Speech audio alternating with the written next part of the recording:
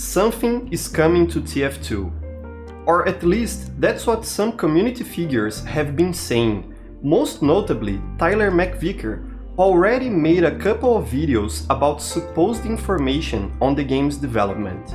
But is something really coming to TF2? And more important, why should we know about it beforehand?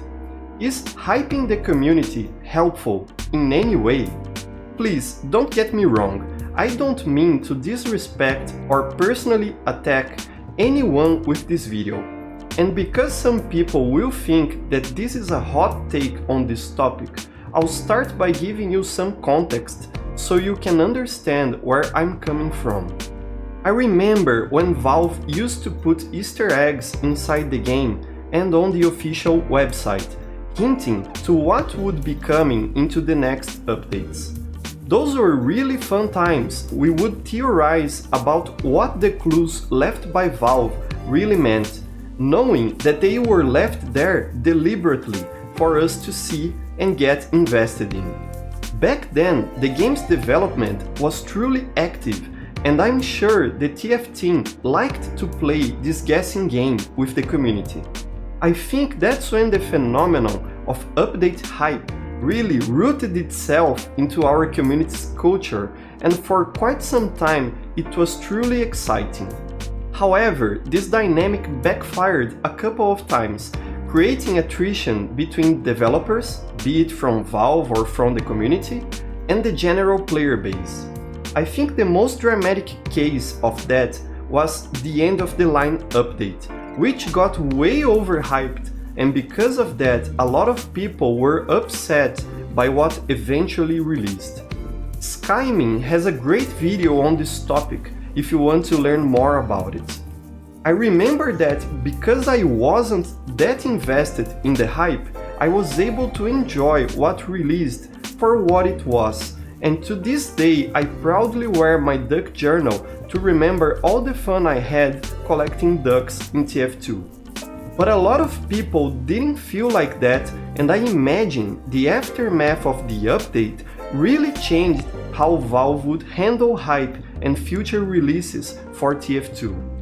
And as they became progressively less interested on developing the game, they stopped purposefully planting hints and clues for the community to find, and distanced themselves from commenting on ongoing changes to the game.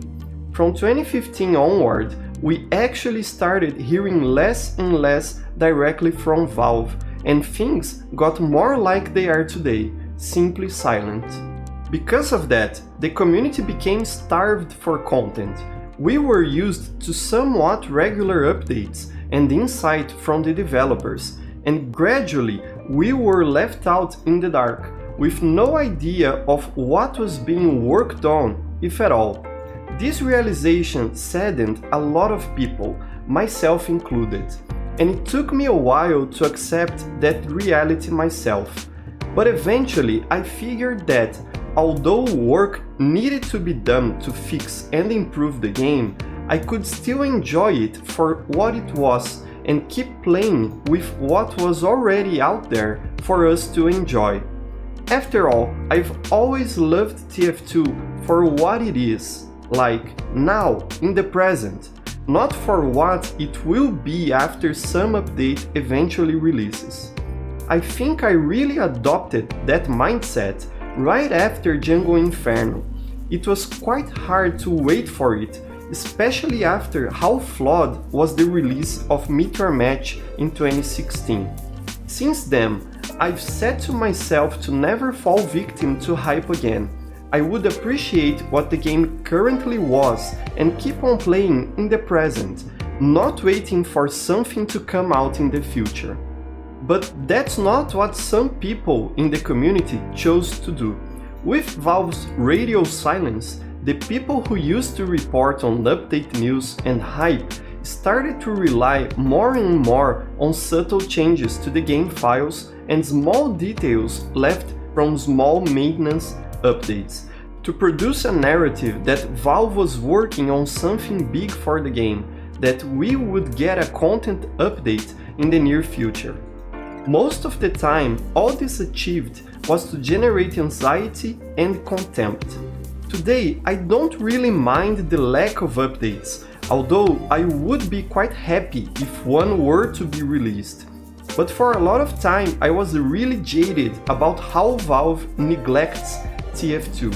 I think the wait for Django Inferno was particularly painful, because many prominent content creators were taking guesses at when it would release, and some even claimed to have privileged information.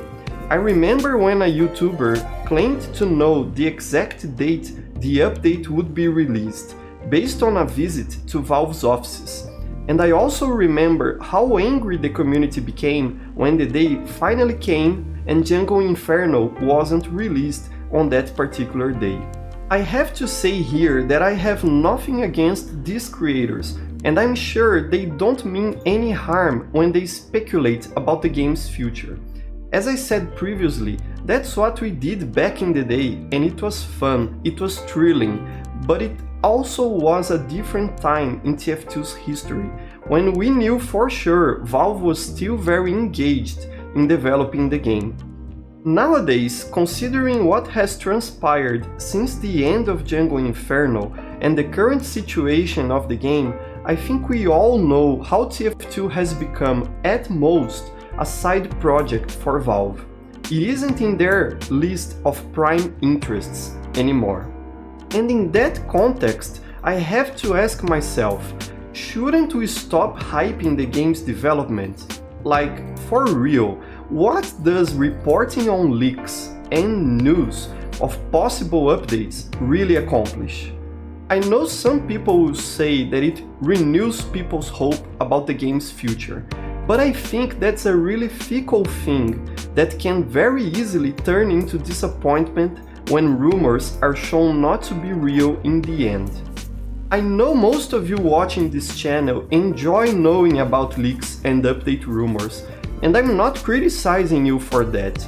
I get that, I do understand how fun it can be to speculate about these things.